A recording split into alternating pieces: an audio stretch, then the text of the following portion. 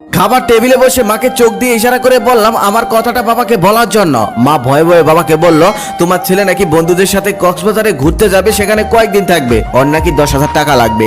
বাবা আমার দিকে তাকিয়ে বলল, কবে যাবে? আমি বললাম 5 দিন পর। বাবা তখন বলল, আচ্ছা ঠিক আছে, আমি 3 দিনের জন্য একটা কাজে বাইরে যাব, এই 3 দিন তুই একটু দোকানে বস, আমি ফিরে এসে তোকে টাকা দেই। আমি খুশি হয়ে বললাম, আচ্ছা ঠিক আছে, কোনো সমস্যা নেই, এই 3 দিন আমি দোকানে বসবো, তুমি তোমার কাজ সেরে আসো। পরের দিন আমি সকালে দোকানে চলে গেলাম। আমাদের ছোট্ট একটি দোকান আছে, কাপড়ের দোকান, সেখানে 2জন কর্মচারীও আছে। আগে অনেকবার দোকানে গিয়েছি, তবে কখনোই দোকানে বসা হয়নি। দোকানে আমার এই প্রথম বসা। দোকানে আমার কাজ হলো কোন মাল কত টাকা দিয়ে কেনা আর কত টাকা বিক্রি করা সেটা লিখে রাখা, আর কাস্টমার আসলে কাপড় দেখানো। তারপর সেই কর্মচারীরা আমাকে কাজকর্ম বুঝিয়ে দিচ্ছিল। ঠিক সেই সময় সকাল সকাল একজন কাস্টমার আসলো। সে এসে 20-25টা শার্ট দেখলো, তবে একটাও তার পছন্দ হলো না। অবশেষে সে চলে গেল।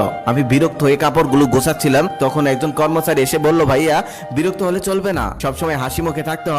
কিছু কিছু কাস্টমার এসে দোকানের সমস্ত কাপড় দেখে ফেলবে, তবে একটাও নিবে না। কিছু